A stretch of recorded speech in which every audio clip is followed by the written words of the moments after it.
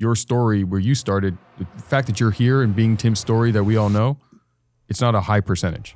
I started getting on pretty big stages at 20. I've now been to 78 countries of the world doing it. For me, I would say the thing that really got me thinking bigger were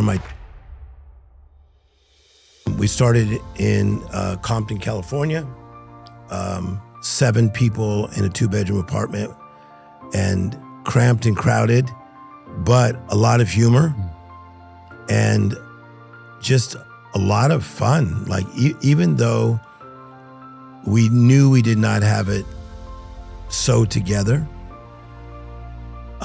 we played off each other. But it was really weird, Jeff. We knew we were gonna get out.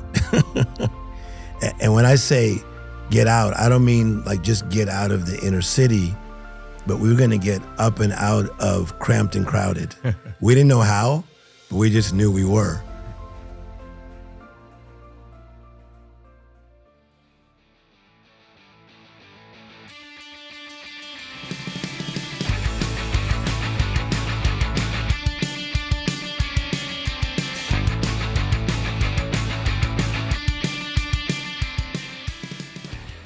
Welcome to the show, Tim. Love the studio. It's very black and beautiful. Well, thank you. And that means a lot coming from you because you have been in studios all over the world. Yes. And I am so excited because we have spent time in smaller increments across stages around the country and speaking on the same events and hanging in short spurts. But today we get to actually have a lot more one-on-one time. And I'm such a huge fan, so thank you for coming to San Diego and doing this with me. Yeah, what a privilege. It was nice to make the drive. I came in from Newport Beach, but to come up on the property and see your logo of your company, meet some of the employees, staff, there's an energy that's here. And it's nice to see that your energy is on your team. Well, I think it's not my energy on them. It's we hire for culture. We hire for people who have a similar viewpoint on how to attack life, different skills, different strengths, but we're a make friends and have fun company, Everbull and We Build, and we hire people that kind of live that ethos. We don't want to. I think a lot of companies make a mistake, and this might be a good natural tee off for getting into your brain, but I think a lot of companies just hire for specific skills and fail to realize that culture and the relationship is more important because that's going to be there every day, all day, 8 hours, 10 hours, 12 hours a day. Yes. It's a second family, your work family. We think of it as work, but you almost spend more time with those you work with than a lot of your immediate family in your household. I like what you're saying because I think right from the beginning of me walking in, like people wanted to serve. Like, do you want water? Do you want hot tea? Do you want coffee? You want me to carry your bag? What do you want to do, left, right? And that's kind of like the way I was raised as a kid, to be a person who served and enjoyed it. My mother taught us that, and it's nice to see in a company. Well, thank you. Thank you. Coming from you again, that means a lot. And, you know, for our audience, as I kind of mentioned to you off air, you are a name and a face everybody knows. And you're so successful and have been for so long that I think that going back to go forward, which is not something we do a ton on my show, but I'm interested because your backstory, your origins, and how you got to where you are is going to help a lot of people who feel that they didn't have and start at a place that allows them to achieve what they see a lot of the people they aspire to be like or admire or learn from. They go, well, yeah, but it's easier for him or her because they started here, but you didn't start here. Right. And your story where you started, the fact that you're here and being Tim Storey that we all know, it's not a high percentage. Yeah, that's true. And so I would love for you to kind of share, maybe not, we don't need to go through your whole story, but just a little bit about your upbringing, because you did have some challenges early on, and what you think was the pivotal reason or moments or opportunities that you took advantage of or circumstance that allowed you to propel from that world to this world. Yeah. And so, number one, thank you for the honor. You've always honored me. I think that, you know, in the space of self-help development, that I've been fortunate enough to be around it for a long time. Like since I was 20 years of age is when I started getting on pretty big stages at 20. I've now been to 78 countries of the world doing it.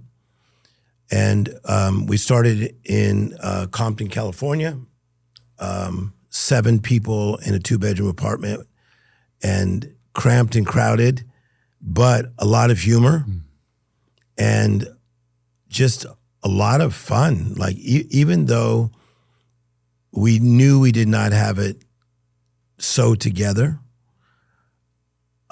we played off each other. So I'm the youngest of 5, 3 older sisters, then a brother 4 years older than me. But it was really weird, Jeff. We knew we were going to get out. And when I say get out, I don't mean like just get out of the inner city, but we were going to get up and out of cramped and crowded. We didn't know how, but we just knew we were. Mm-hmm. So there was some type of like expectation that was pretty cool. And so, and that was all 5 of you had that? All 5 of us, yes. And all 5 have ended up doing well in life, but we play off each other. So we've always been a very good team. And I find that sometimes with families that have struggled, like you look at like the Wayans brothers of comedy, a Black family that came from a lot of challenges. They played off each other, and if one guy got a break, the other one tried to help them. That was the same with us. So for me, I would say the thing that really got me thinking bigger were my teachers. So Mrs. Sullivan, 3rd grade, like believing in me. Mrs. Cook, 4th grade. Mr. Prober, 5th grade. These guys saw something in me. They saw some type of a spark, a little magic in my eyes, where I was always very curious. And for coming from a difficult background, I was always very studious. So I was really into school. And is that from your parents to you, or that was just natural? That was from my mother, who said, don't do a half-assed job at anything.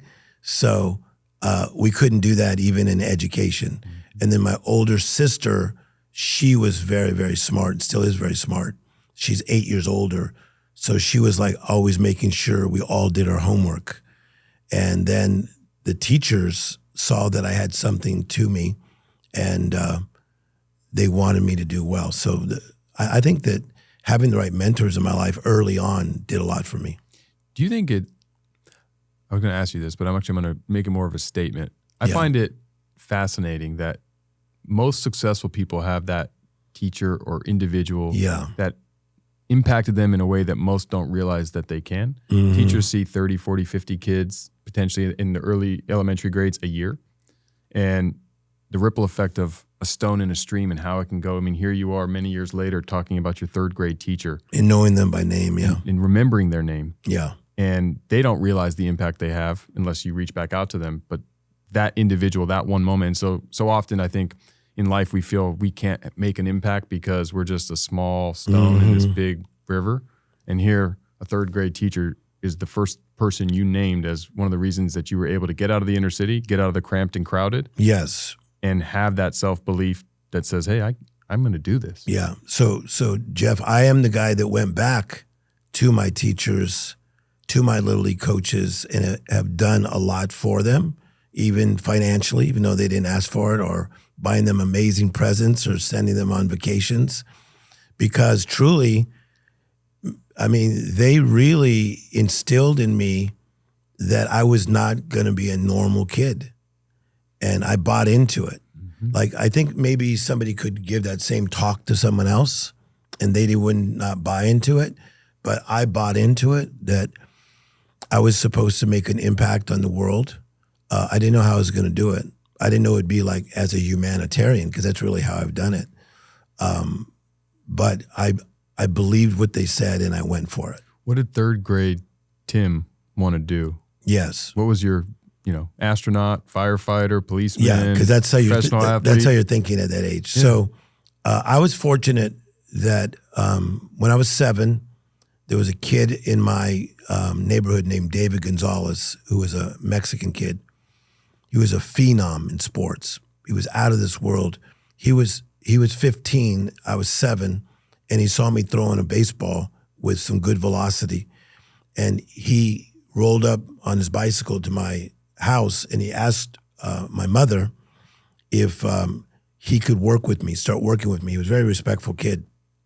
And so I knew who he was, because at 15, he was like, man, this guy, he's phenomenal. He was a shortstop. He was tall. He could really hit the ball. So David trained me in baseball, basketball, and football. So I was very good in sports. And the sports side of me really helped my life, because it really helped me to become a better team player. Like I'm all about the team. I'm not about just like what I'm up to. But so I'm thankful for guys like David who helped me become better in sports, and then the coaches that helped coach me. So from that experience, obviously you have become a humanitarian, but you're a coach. I mean, you help bring you are the third grade teacher for so many people now. I mean, you are that person that pulls that out, and you've been paid to travel the world, 78 countries to do it. Yeah. When did you find out that, or how did you figure out that that was your calling, that that was how you were going to impact the world? Yeah. So what happened to me is I went to seminary, and while I was there, I wanted to be like a hip Mother Teresa, you know.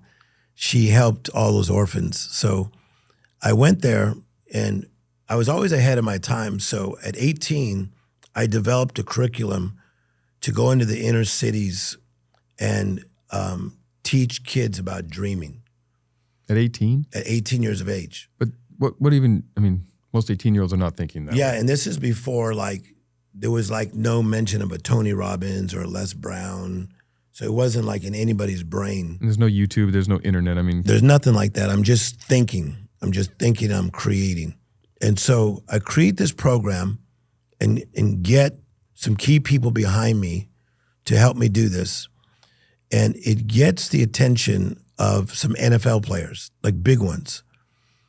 And because I'm in one of these cities that an NFL player lives, and he said, I'm going to tell you something. He goes, I have money and you have a gift.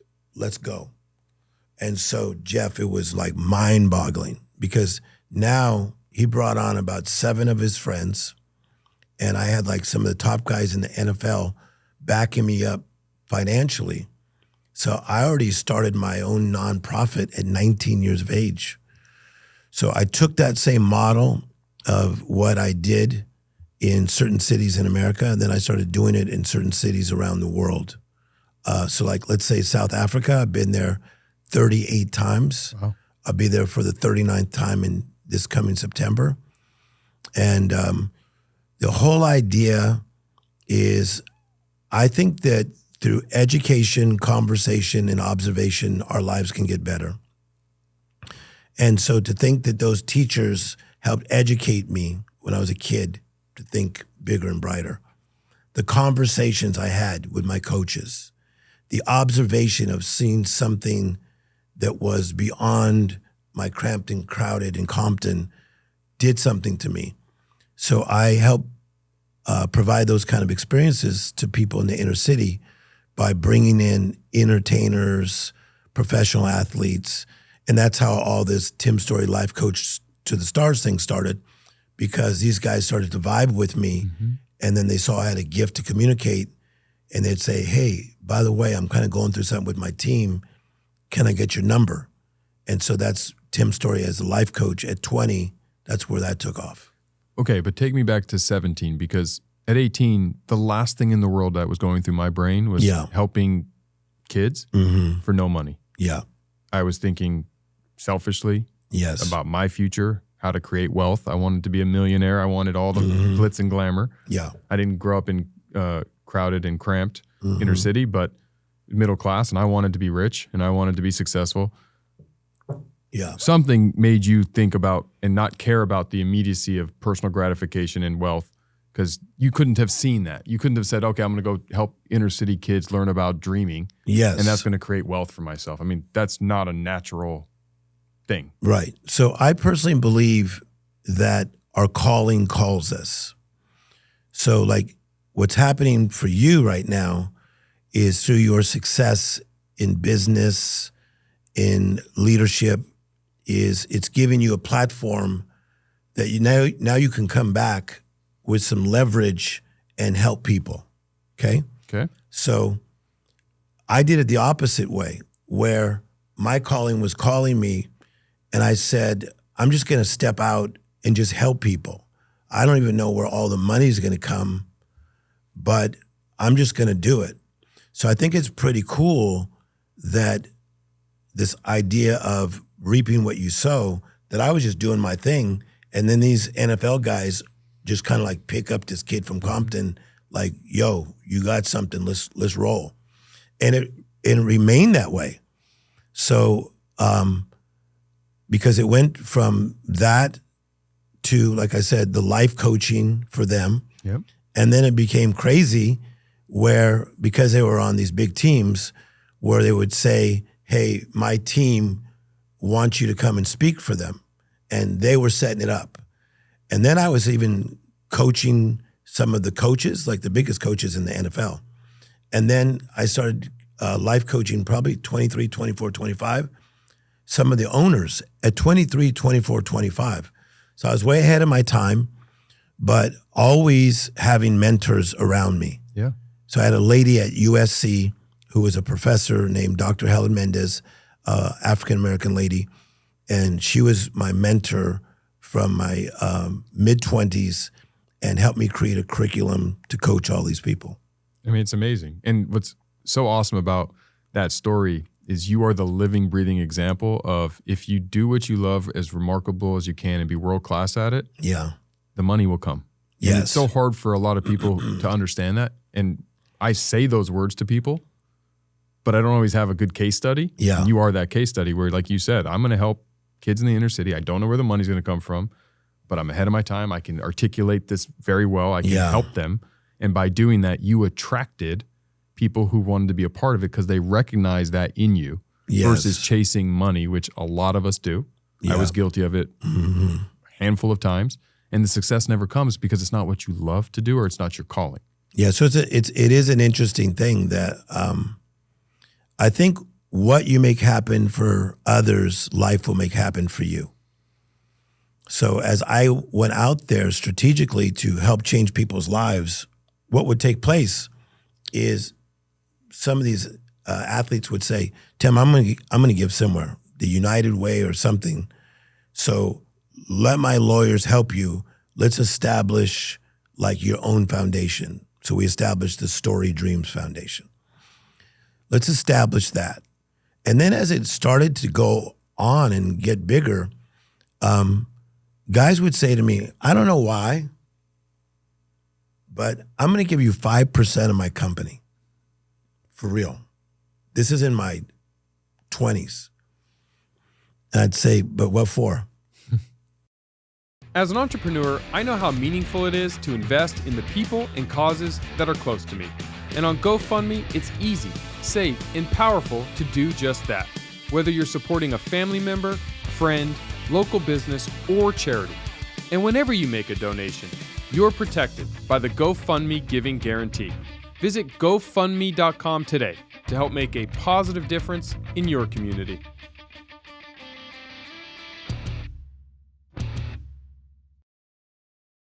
Because you have something that's magical, and I want that in my company. And all I want you to do for it is just talk to my staff, talk to me, and keep me on the straight and narrow. So that's when it got really mind-blowing for me. Because now all of a sudden, I was in business without going in the direction of business intentionally. Mm-hmm. It came to me, in my case. And you know what? Those individuals that did that, they get it. Mm-hmm. You know, I have given equity to a lot of people who are not in the day-to-day of the business because as a leader and someone building a team, I'm a team guy. Yeah. I'm in the business of collecting great humans.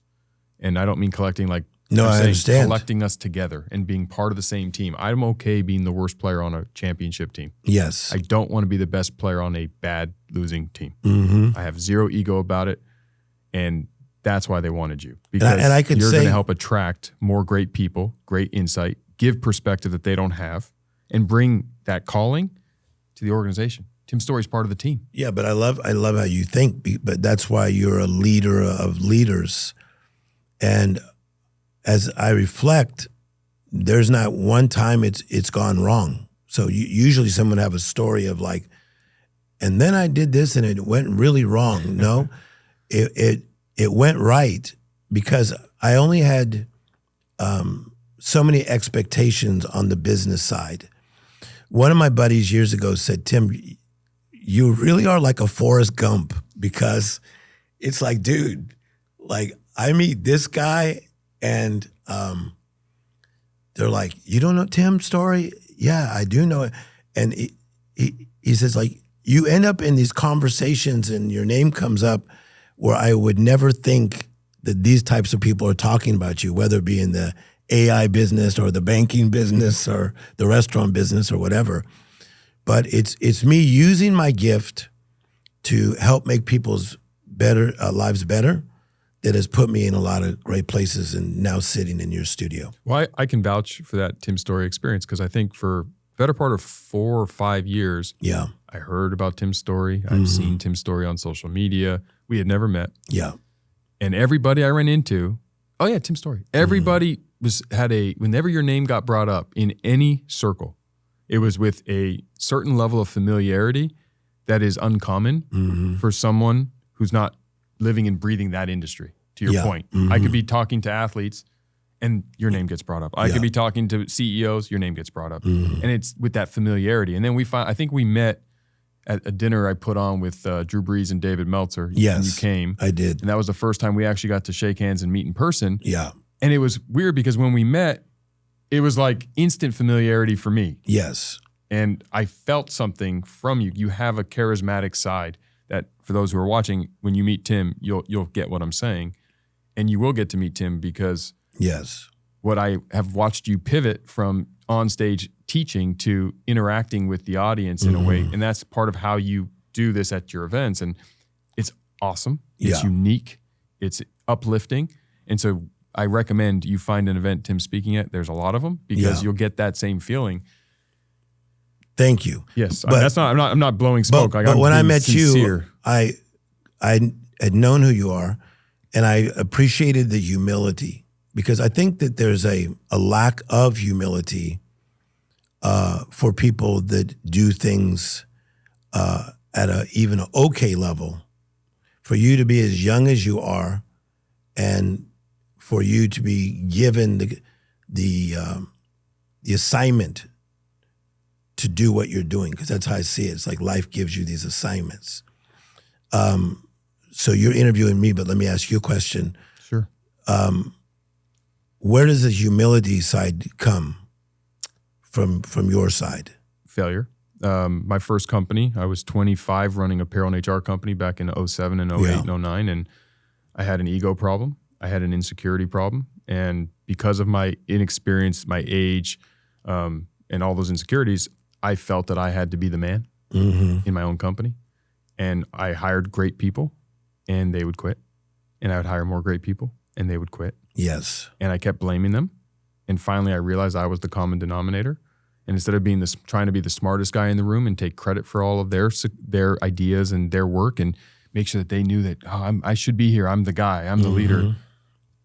Yeah. I found that wasn't working. So I said, I'm going to go the complete opposite. I'm going to go from being the smartest guy or trying to be the smartest guy in the room to being the dumbest guy in the room and support them.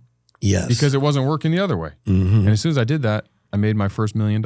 Yeah. And I was chasing money at that time in my life. And I'm like, oh my gosh, imagine that. Yeah. What I thought was the way, really holding it super hard and trying, was actually making it, and chasing it was making it run. Yeah. And I could attract it by allowing great people to be great. And so all of a sudden I'm like, wait, I am the CEO. I'll get credit. I don't care about credit because credit doesn't get deposited in my bank account. It doesn't take care of my kids. It doesn't do the things that I thought mattered. Yes. I'm not in high school anymore. Like, I don't need people to think I'm cool. What I need to do is win. And I want to win. And my dad used to always say to me, would you rather be right or would you rather win? So good. And I'd rather win. And so the best way to win in a team sports guy is I'll be the worst player on a superstar championship team. Yeah. Great. And if I'm not, I'll play my part. And so that changed my perspective. And so from that moment forward, I always said, Yeah, of course. Everyone has an ego. I still have it, but I fight it. I remind myself that I don't need the credit. Yeah. I want to win. And if I can build other people up, I get to, I'm where I'm at, standing on the shoulders of incredibly talented humans. Yeah. You got to meet a lot of my team today. They're the reason. Yes. I'm getting credit for their work. And I want to make sure that everyone knows I'm not the one who's doing it. I might have been able to attract talent to come because I hire for culture. They're the superstars. Yeah. I think you'll like this quote, that God does not try to kill a person's ego. He just tries to purify it. So the ego is important, the swag. So when I go to these inner cities in the Philippines or inner cities in Indonesia or even in Nigeria, and you see these kids that don't have hardly anything and they got this swag, you're like, what? You get my point? Uh-huh. You would think that they like lived in Beverly Hills, but they got this ego, this swag about them that they know that they're up to something. And so I think that somehow your ego became more and more purified. And in my opinion, and the way I look at life, is that life can then trust you with more. So I think by me going to the inner cities and doing it out of good motives and then helping athletes who then connected me to entertainers and then to big businessmen and on, that by me keeping my motives correct, that it's like life just started giving me some dope assignments that I could have never manipulated myself into. You get my point? I do, because you're able to attract them. Yeah. Because if and that's what I think was stopping me and what I've learned and why I'm able to have relationships today that are real with so many people and that I love and cherish and value like yourself and build them, because I don't care about anything except you in this instance. Like, I hope everyone realizes I'm honored that you're here. Yeah. I get the privilege of having Tim Storey in my studio with my team, and we get to learn from you. Now, can I teach you something? Probably. We all can teach each 100%. other. But I don't need to prove myself. No, I learned by just coming on the campus, because getting to know you behind the scenes, but just coming on this campus, the energy that I feel from just coming into the parking lot, that says something. And the fact that you're just not America-wide, you're a worldwide visionary who knows what assignments life will give you next. So no, I'm learning, I'm gaining. So I'm excited that I'm here because I'm getting inspired myself. Well, thank you. That from you, that means the world to me. But now let's go back to you. Yes. You're always coaching. It is your calling. Yes. It's your natural. And I'd like to provide some coaching for the audience, because they don't all get the privilege to have one-on-one time with you. And getting the privilege to travel the country and speak and meet so many, and people reach out obviously on different platforms and channels. A lot of the questions that I get is stemmed around this wall that's in front of them that they can't seem to look over, which they feel inadequate, or they don't feel that they have a path to success. They feel like they're trying really hard. And I've always tried to explain that there's a difference between productivity and activity. Yes. And you can run all day in place and go nowhere. And so they're busy and they're working hard. And everyone says, oh man, he or she's working really hard. And they work hard, but working air quotes hard does not mean success. You're right. You have to apply it. You have to put it in the right direction. With all of those incredible people you've coached, from the highest level athletes and actors and actresses down to business owners and aspiring business owners, what have you seen as a way to help them break through that paradigm where they can't figure out how to do the right thing in the right direction? Like, sometimes it's 1 degree. Yes. Like, clear that wall or help them. Like, how do you help? Okay. Or how can we help? I think it's easier than people think. So I remember one time I was going through the drive-thru at a Wendy's hamburger place, and There's no Everbull next door, right? I don't know. Okay. I'm going to say there wasn't. So I roll up with this gentleman who's driving a big Mercedes-Benz, and we had just gone to this conference, and he goes, I don't know why, but I want to eat a hamburger. And he's like a nice guy. So we rolled up. And before we saw who was serving us, I heard from the speaker, the guy say, yeah, what do you want? That was his service. Yeah, what do you want? And so, and then he gave the order, and then he goes, could you repeat that? Could you repeat that? It was just terrible. So then we roll up, right? And the kid has his hat like sideways. He's got like everything you could imagine, like mustard, ketchup, relish, everything all over him, right? And he's going like this, Jeff, watch, he's texting, and then he's talking something, and then he's texting. And it felt like he was giving us like one item at a time in slow motion. So we're in this bomber Mercedes, and I'm in a suit, and I get out, and I said to the kid, I go, straighten your hat. And he goes, and I go, come on. He goes, are you from corporate? I go, yes. You're going to love this. And I said, and we believe in you. And I said, come on. You're better than this. What do you mean? What do you want? He goes, I know. And I said, and then all this texting and all this slow motion. I said, come on, step it up. So I get in the car. And when we drive away, my friend cannot stop laughing. And he goes, Tim, you are so not a liar. Why did you tell the kid you're from corporate? I said, I am from corporate. I'm just not from his corporation, but I am from corporate.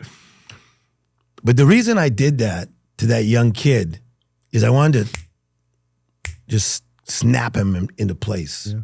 So there's this proverb that says, the person that works their land diligently shall have abundance. So it's called the law of the harvest. So when you talk to farmers, part of the law of the harvest is you have to plow the ground, okay? You have to plant the right seeds. You have to then water the seeds, and then you will reap the harvest. And a lot of people want to reap the harvest without plowing, planting, watering. Yep. Okay? So watch how cool this is. So the way I look at it, with that kid working at that fast food place, that was his land. So all I want him to do is work his land with excellence. Okay? So if you're parking cars at a restaurant, do it with excellence. If you're a janitor, do it with excellence. When I was a dishwasher, I did it with excellence. So I say it this way, build your spot, and life will put the spotlight on your spot. So there's a lot of truth there. People like us will find these people. Yes. It's the truth. It's 100% the truth. So build your spot, and life will put the spotlight on your spot. I mean, I'll share a real example. We had a kid working in an Inevitable store. The ownership changed. New franchisees took over, and they're going to work in the store. They don't need one of the bright kids. Yeah. He reached out to one of the old owners and said, hey, can you connect me with corporate? I love the brand, and I really don't want to leave Everbowl.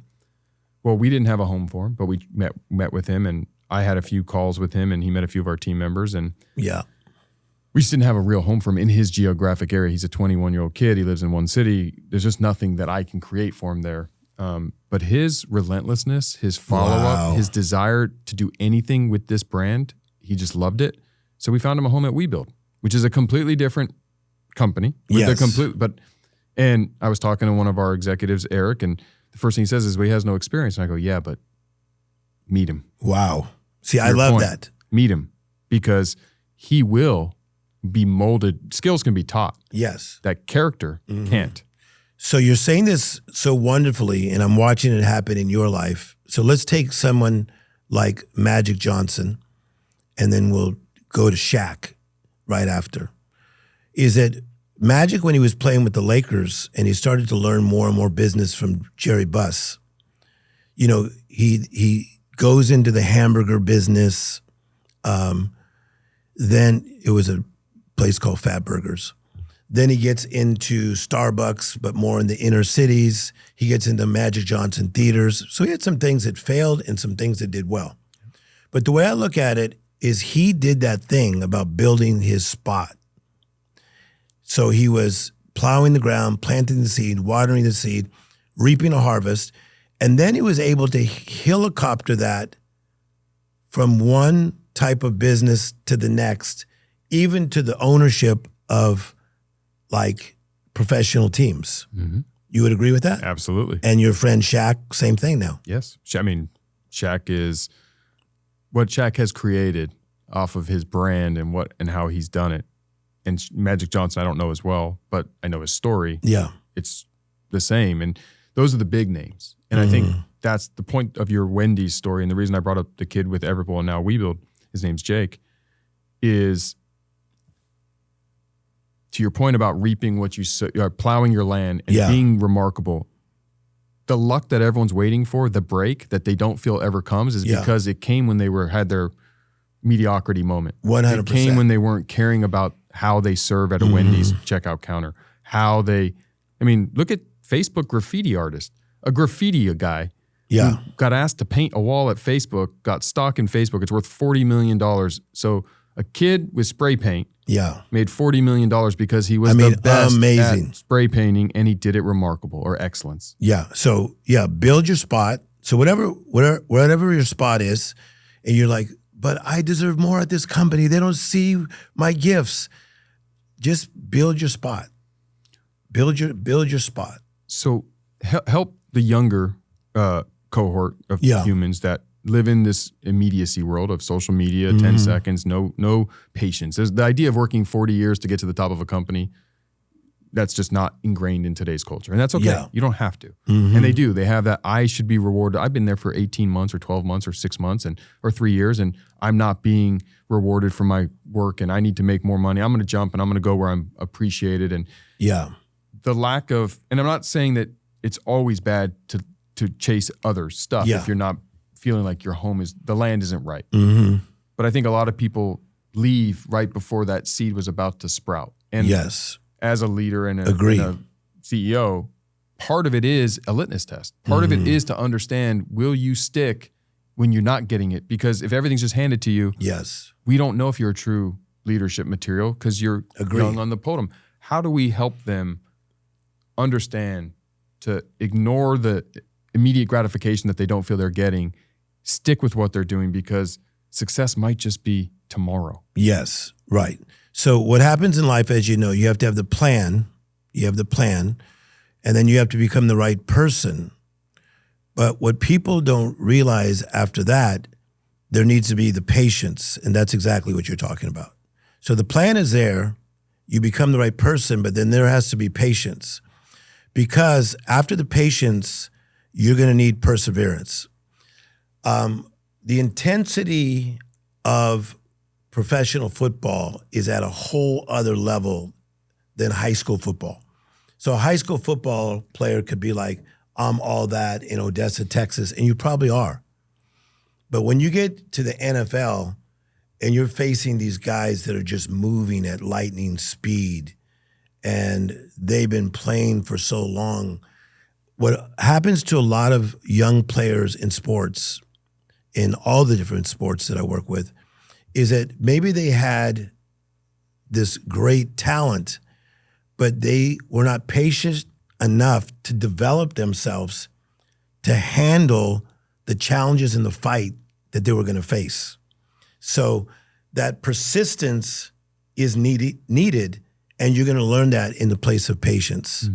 It's, like in this place, if I worked here, even if I was like one of the owners, I would go get boxes. If you said, hey, Tim, these boxes came in, our staff is left, let's go get the boxes. That's just what you do.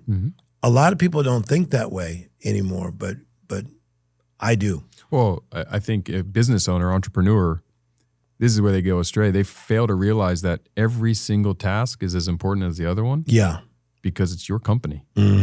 So to good. Your box's point, sweeping. Yes. You know, when I opened the very first Ever Bowl, there was 8 of us. I worked hand in hand for the first 4 months in the store every day with 18, 19, 20-year-olds, 17 and 16-year-olds in high school when they came. And I used to always say, at cleanup time, it'd be end of the night, because I didn't care which task. They all had to get done. I'd let them pick. What do you want to do? You want to sweep? You want to do, you want to clean the tins? Do you want to cut fruit for tomorrow? And then I'll just do the one that they didn't want to do, because What do I care? Yeah. Do I care if I'm sweeping or cutting fruit? Yeah, cutting fruit's probably better than sweeping. Mm-hmm. It's more fun, I guess. But as a leader, as a CEO, and that's the thing, people want to have their company and be entrepreneurs. And for entrepreneurs, leadership means you have to lead, you have to do. Yeah. And every task is just as important. Yes. You don't get to be the CEO or the founder and say, I don't have to do any of that stuff. That's I like what you're me. saying. And that, Jeff, as you know, helps you not just to get there, but to stay there. And what you see in business is so many people that they have great beginnings, but they cannot handle some of the pressure that comes. Like, who would ever thought that, a pandemic was going to hit the way it did? And so many people in your field, they're not around anymore. Yeah. And for a moment, neither were we. Yeah. I mean, March 18th, we shut down all of our restaurants, laid off everybody. Mm-hmm. And I'll share a cool thing there, because March 18th, we laid off everybody. Oh, yeah. March 19th, we had 3 other executives, at the leadership level. I asked all of them to come into the office the next day. Yeah. 2 of them came in. One of them told me, you laid me off. I'm Yeah. not coming in. Mm-hmm. That's their right. Yeah. But what we did the next day was ideate, and one of our leaders came up with a brilliant idea that allowed us to pivot, adapt, survive, and thrive. And they came in not knowing if they had a job, not getting paid, and they're not the founder and the CEO, but they cared about their land. Wow. And today, they make a ton of money with us. They're running a company, and that's what you need to do. Yes. They could have said, like the other one, no, I'm not coming in. But he came in anyway. I love this. And that's what you do learn for the young entrepreneur. By being in the process, by being in the patience process. I was around a lot of big boys at an early age, like a Lee Iacocca. And Iacocca said, you help me in my spiritual life, I'll help you in business. And we were friends for 35 years until he went to heaven. I've been mentored by Quincy Jones for 38 years. He's one of my best friends in the world. Could you imagine to be around these kind of titans, but they play like at the crazy level, okay? Mm-hmm. I never am looking for something from them. I'm looking to serve. I'm looking to help. I'm looking to assist. And they've seen that in me, and it's amazing how many times I'll get a call from a company or a person that they say, the reason we reached out is because Quincy Jones called and said. In fact, the way I got very close to Oprah Winfrey about 12 years ago is that Quincy Jones called her 9 different times on 9 different occasions. And Oprah said, he would not let me go. And he said, I know, Oprah, you think that, you know these types of people that are like Tim Storey, these inspirational people. You've never met a man like this. And I'm telling you right now, pay attention. And so then Oprah extended an invitation for me to come to her house about 12 years ago. And we hit it off like brother and sister and are like that to this day. But I didn't know Quincy Jones was going to do that. Mm-hmm. But you see, by just being a servant, having the right motives, sometimes it's someone else who's making the call. Hey, fitness fans, ready to crush your fitness goals? Make your move to EOS Fitness, where becoming a member starts at just $9.99 a month. Gyms are open 24/7 and packed with the latest gym equipment to keep your workouts fresh. What are you waiting for? Give them a call, drop by, or hit up jefffenster.com/EOS to join. EOS Fitness, better gym, better price. Now, let's get after those goals. Oh, for sure. And I've been blessed with so many of, not with Oprah Winfrey, but so many of those stories in my own world. And I've said this on stages, 85 to 90% of all the wealth I've ever created in business is based on who I know and what they've done for me. Yes. Not what I was able to do. Mm-hmm. I was only 5 or 10%. Yeah. And that's what I'm hoping everyone's getting from this, that if you serve, if you act with excellence, if you plow your own land and be the best you can with what you're doing, because people are watching. Yes. And 99% of the time, none of them are there to help you. Yeah. But it's for the 1% of the time is why you do it. And let's throw in one other word, the word loyalty. when I was a busboy for Mr. Anderson when I was 16, everybody was trying to hire me because now we had moved to a mixed neighborhood. Mr. Anderson's restaurant was in a predominantly white neighborhood, and he had a chocolate kid, Tim Storey, working at his restaurant, but I was like a machine. Like I go zoom, zoom, zoom, zoom, zoom, zoom, because my mother really taught us how to do things right. So I was like bussing tables like a machine.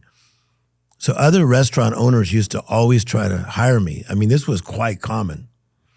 And this one guy had a really good restaurant down the street, and he would just be on me and be like, Timmy, come on, you don't want to be working here. I could do so much for you. I'm going to make you an assistant waiter. And I said, sir, you know I'm loyal to Mr. Anderson. I'm loyal to Mr. Anderson. He goes, come on. And so Mr. Anderson, about 2 months later, came up to me and said, Timmy, can you come to my office? I go in there. He goes, I'm going to tell you something that you don't know. About 3 of these guys that keep offering you jobs are actually my friends, and they're trying to steal you from me. And you say the same thing. I'm loyal to Mr. Anderson. And he goes, why are you loyal to me? I said, because when I was 15 and a half, you said, I can't hire you and put you out front because you're not 16 yet, but I'll let you wash dishes. I said, you gave me a shot. I said, and I don't forget that. Mm-hmm. So that loyalty is a very powerful word. How do you define loyalty to your, like, what is your definition of it? I think a loyalty to me is, first you have to understand what you're being loyal to. So I think if a person is married and they really, let's say as men, if they really get to know their wife, then you want to be loyal to them because you know them and you understand them. So loyalty, I think, denotes a commitment, a respect, an honor, okay? But I think deeper loyalty comes by getting to know each other. So the more we spend time with each other, there's going to be a deeper loyalty. Yeah. So like, let's say you were somewhere and someone said, that Tim Storey, he's really full of himself. Like he's kind of an egomaniac. This guy is like, he's really trying to, you would stick up for me and go like, you don't know him. You don't know him. You know, in all due respect, you don't know him. Like that's my guy. So that's how you are with your friends. That's how I am with my friends. Yeah. And it's out of loyalty. Yeah. I mean, I think loyalty is the most important quality. And I sum it up as, do I have your best interest at heart with everything I do as it relates to Tim Storey? Ooh, I like that. Very simple. And vice versa. That's and if I do, then even if it's something you will take in the wrong way today, it's okay. Because sometimes loyalty does require tough conversations. It requires you to say things someone doesn't want to hear. It does, yeah. And it could fracture the relationship if it's not a strong foundation. Yeah. Or you don't believe I have your best interest at heart. Because if I tell you, take that same example, if you were going down that path where your ego was growing and you were getting out front of yourself and you weren't humble anymore and you weren't the Tim Storey I always knew. Yeah. I should be able to pull you aside and go, Tim, I love you. I've known you for so long. You need to check yourself for a minute. You're not being your alignment's off. Yeah. And if you take that as Jeff's a hater, then you're right. It's going to fracture. But if you go, you know what? Jeff does love me. There's nothing in it for me to tell you that. I'm doing it for you. And you take that inventory and make your own assessment. Is he right? Is he wrong? It shouldn't fracture our relationship. Yes. And you see a lot of people scared to have those conversations because I like what you're saying. They don't have that foundation. Yeah. And part of it is that we become so fast-paced in our society.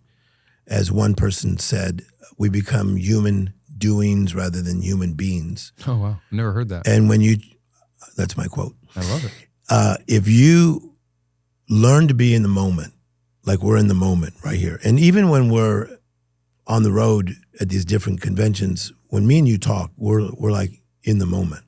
Like you were on the phone last time I saw you.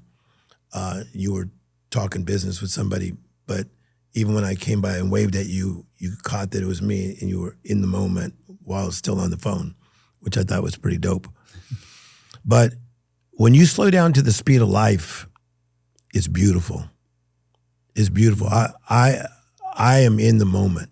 Like young people always say to me, "What's next?" I'm like, my next is like right now. Like, dude, like I'm good here. I do have things flowing. Sure. But I'm loving being in the power of now.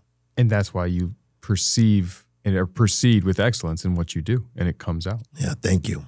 So before we wrap and go to rapid fire, I would ask you to speak to the audience. Yes. Because our audience, not all of them have achieved the level of success of the athletes and celebrities that get to hire you and afford you. So, and I know you work with others that aren't quite at that level. Yeah. They want to be in a position to reach out to you and say, Tim, I can afford to work with you, or I'm in a position where I can take.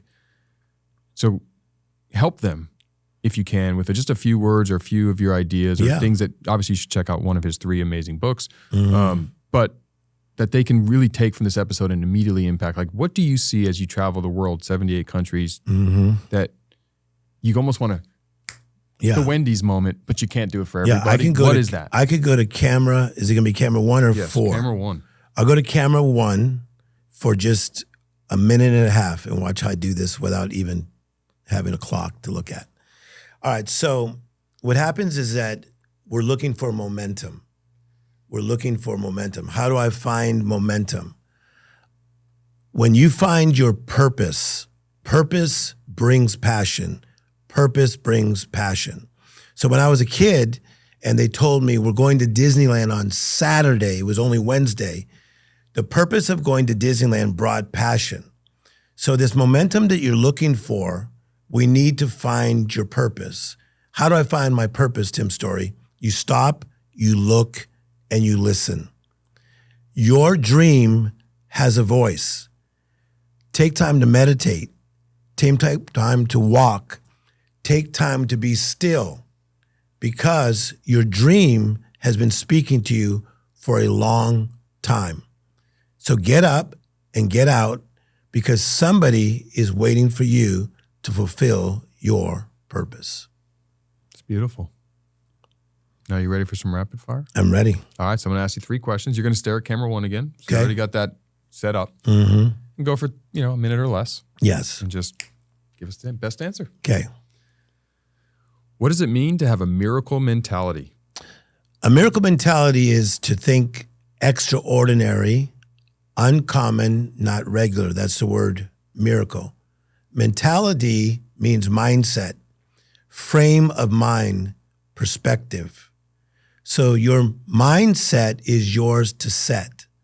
So every day when you wake up, you can set your mind on a miracle mentality. Having worked with so many incredible people around the world, who would be your ideal client if you could pick anyone, dead or alive, that you'd be honored and excited to coach? I would be excited to coach Nelson Mandela. It was a privilege to have him come and see me speak when I was only probably about 31 years of age in South Africa. But I never got to really know him.